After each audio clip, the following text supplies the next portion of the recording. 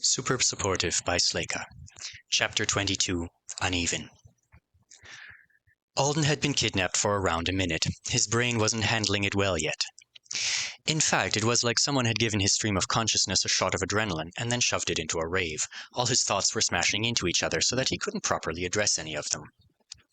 She said Corin, and that must be Corin Valran. She said they just want to talk, but she is a crazy person. And I want to talk, but not like this. Am I going to be murdered? And what if I miss the funeral? Why are there cupcakes? And oh my god, how fast is she driving? If I can shout for help, I can make a call.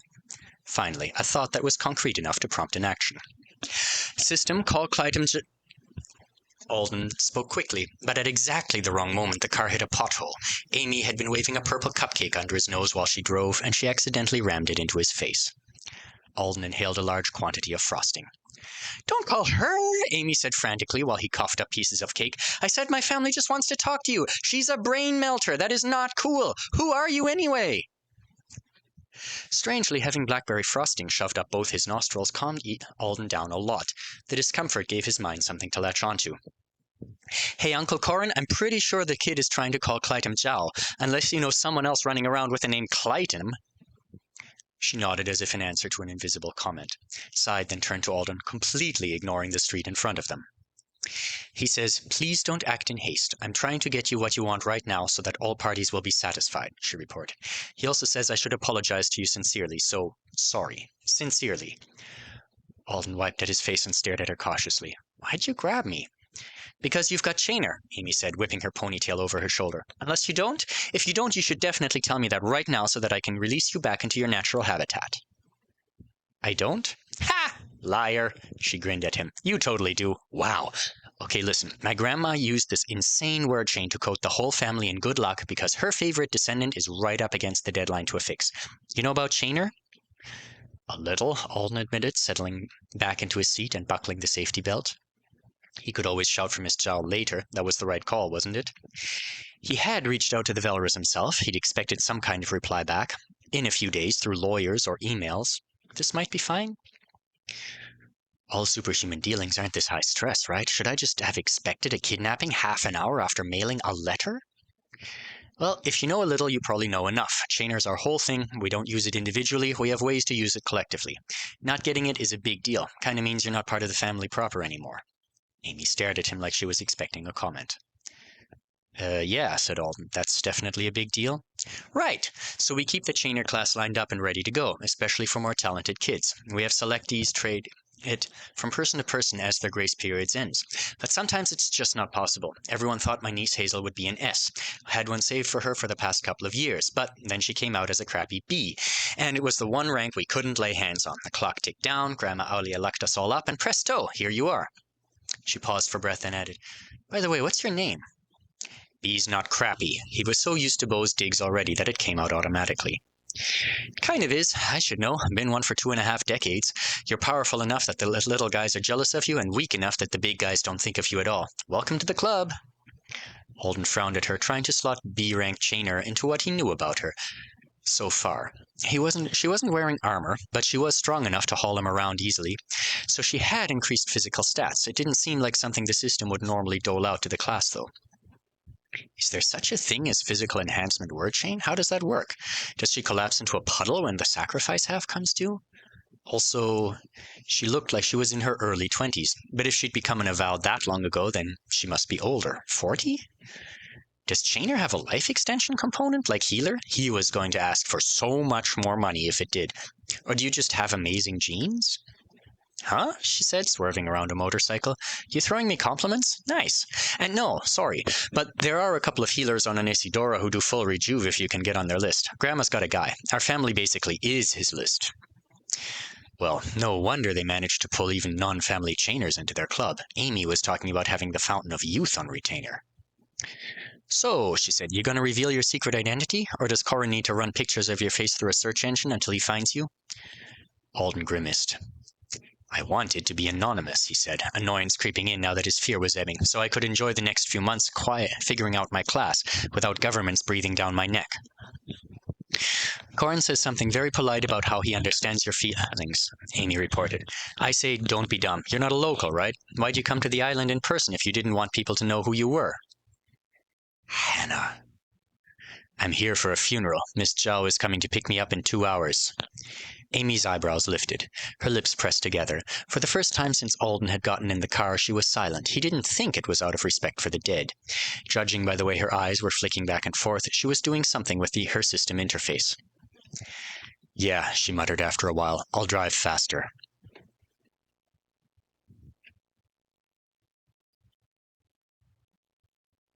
In her Tokyo apartment, Keiko Velra had given up on sleeping. Notifications from the family kept pinging in her brain. Didn't have to add me to the confab, she groaned as she threw off her covers.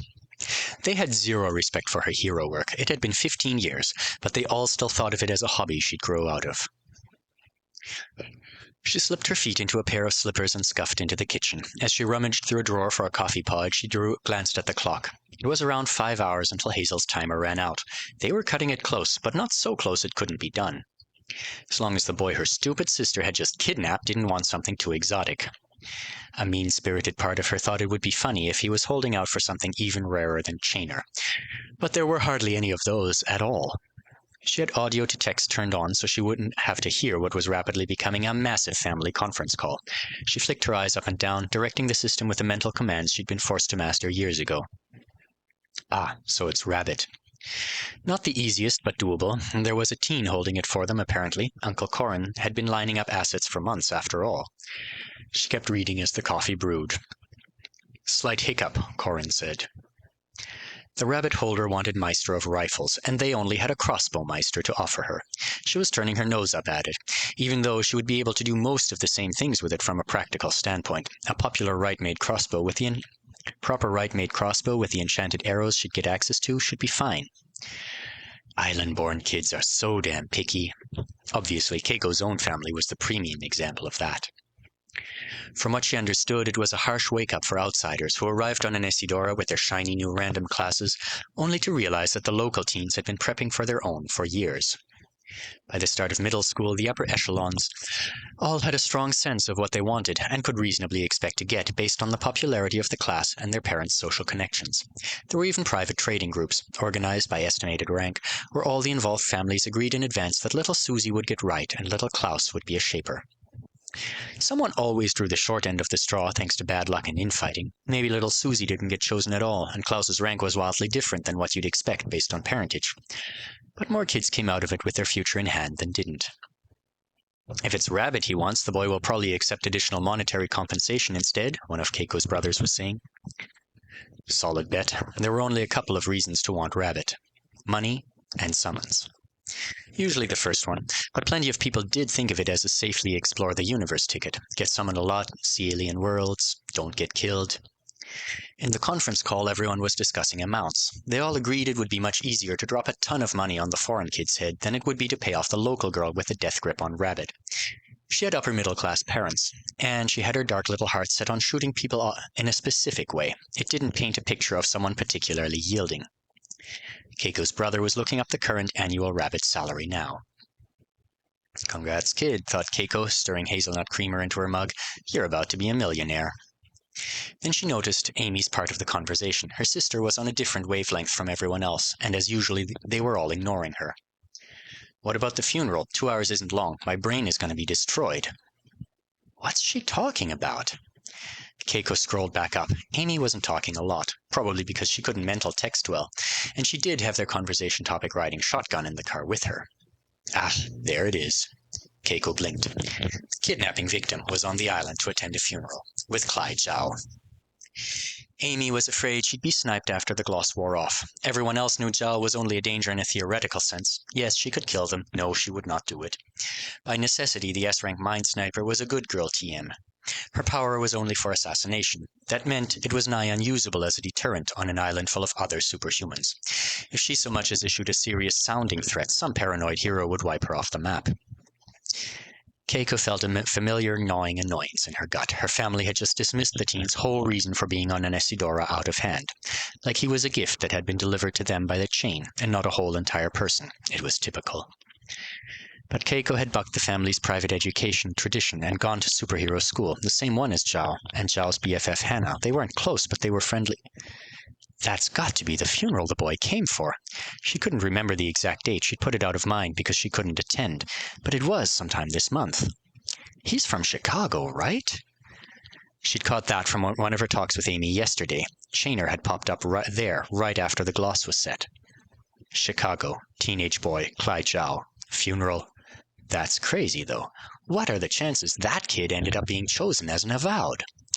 Everyone in their peer group knew about Hannah and Arjun's disaster mission. It was nightmarish stuff, double-digit civilian deaths, and the dream team falling apart in the wake of it. Keiko set aside her coffee and unplugged her tablet from the wall charger. She typed in body drainer incident a couple minutes later. She had the name and a little used social media account. Hey Amy, she said, send me a picture of your passenger. Her sister complied. It was a profile shot of a teen looking understandably tense while F-City blurred past him through a car window. He had something purple smeared on his face. That's definitely him. She started speed reading through the rest of the family conversation, trying to catch up now that she was actually interested. Yes, things were going about how she'd thought they would be. Uncle Corin was delivering politely reassuring messages to the kid through Amy, telling him this would all be sorted out in time for your next engagement. He didn't mean that. Oh, he would try to arrange things so they were pleasant and convenient and everyone fell into line. But he had the same warped sense of priorities as the rest of the family. And the kid was refusing to give them his name. Probably he was still freaked out, so he couldn't talk to Corin in person yet, and that was creating a miscommunication that would ultimately make all parties unhappy. System, can I send a text message to Alden Thorne? She got an instant confirmation. Newbie hadn't even set up his contact priorities yet. She thought about it for a minute longer. Then she nodded to herself and started composing a message.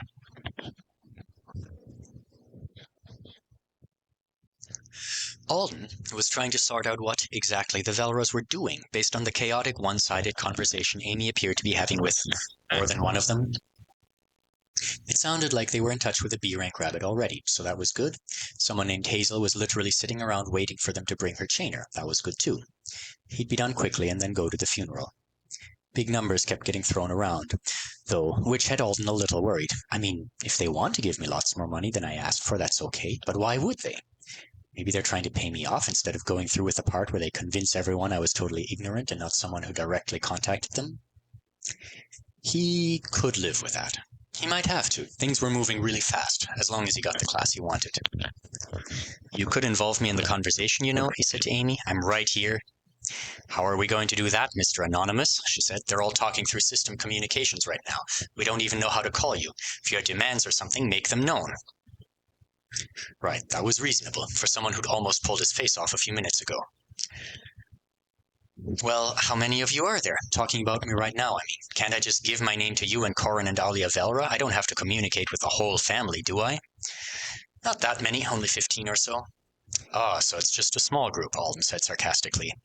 Hey, I've got 8 siblings. We do things big in this family. Alden was about to tell her they couldn't just invite the whole city to make hasty decisions without his input, but before he could get that out, his interface flashed. Miss Zhao, he wondered, glancing at the notification. He stared at it, and a text message appeared. Hi, Alden, this is Keiko Velra. Sorry about my family. I'm about to video call you. Answer if you want to sort things out calmly. No need to explain anything to Amy. What was this? Keiko was the chainer superhero he'd read about. She was in Tokyo. How was she in on this? And how did she know Alden's name and the rest of the family didn't? What the hell was with that mailbox? Do they work completely differently here? Are they psychic? Is there some super postman who busts the sound barrier to deliver packages? An instant later, the incoming call notice came in. Alden accepted it with a quickly muttered yes that had Amy giving him a curious look. A woman in pajamas appeared. She was visible from the waist up, and she was centered on a circular screen that floated in the top half of Alden's line of sight. Keiko looked a lot like Amy, with a bob haircut, and the beginnings of crow's feet around her eyes.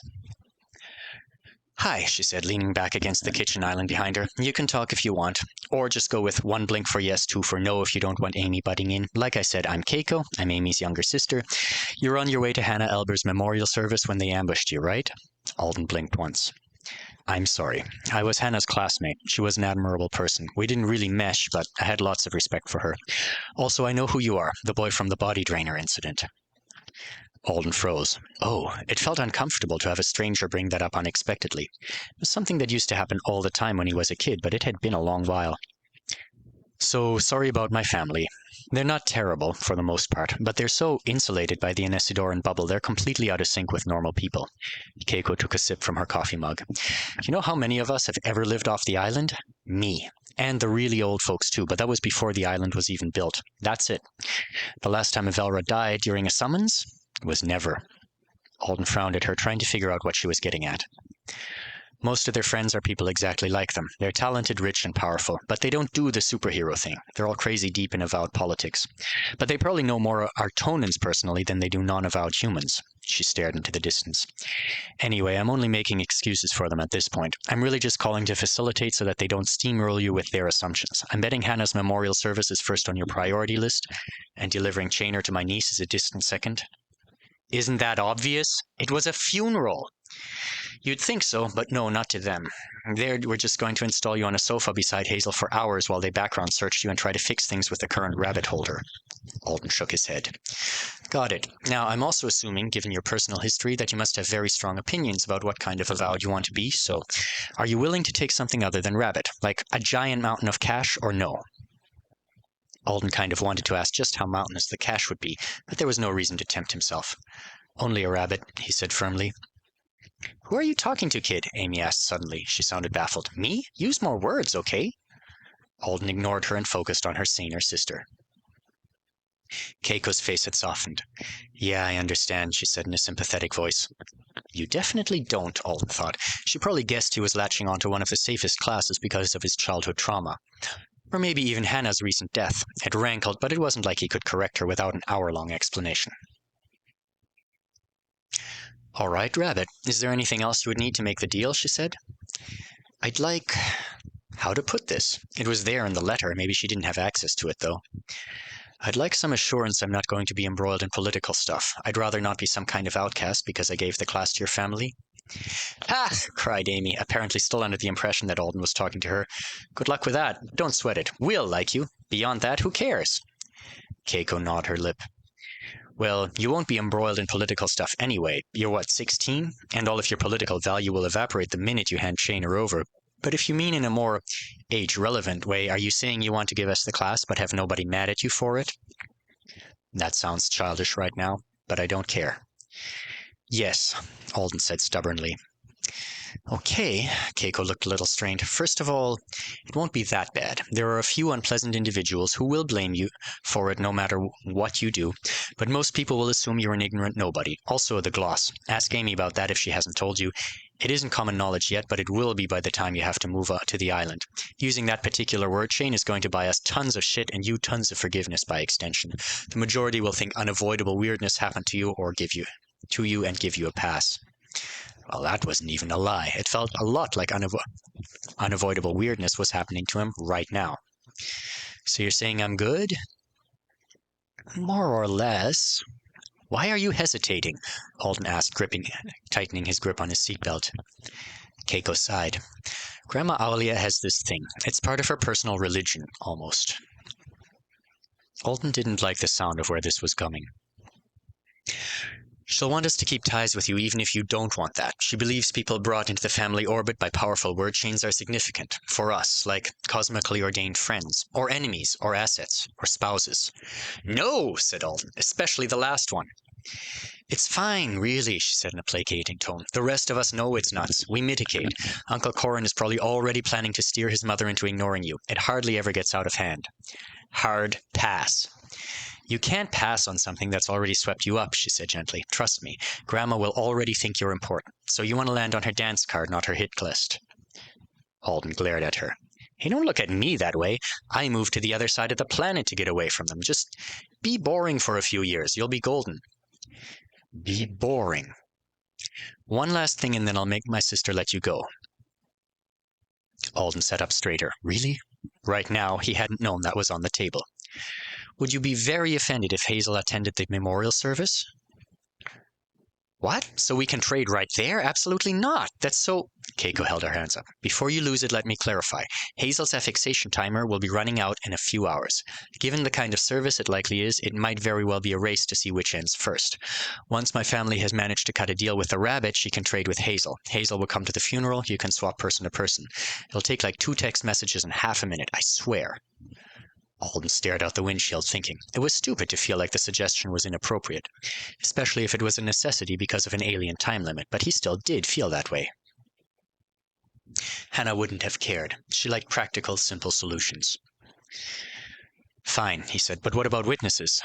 Hazel's an authorized witness. She can vouch for both of you herself. Alden stared at her. That is the sketchiest thing I have ever heard.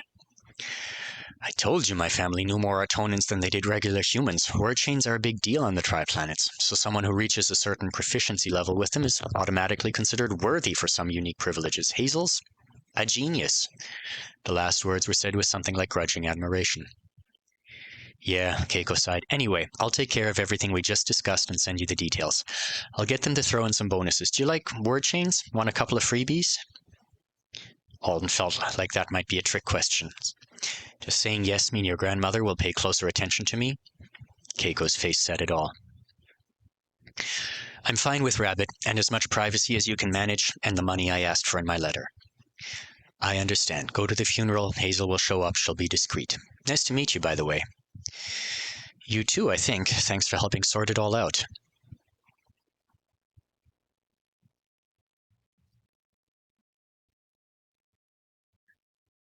Three minutes later, after arguing with the air for a while, Amy pulled her car over beside a bookstore.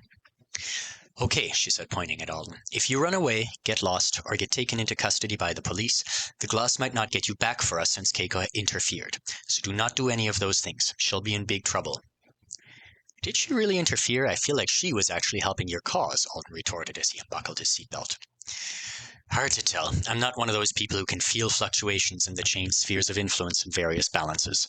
That's mumbo-jumbo for prodigies and artonans. I'm just saying, if you get my sister in trouble, I'll give you trouble. Got me?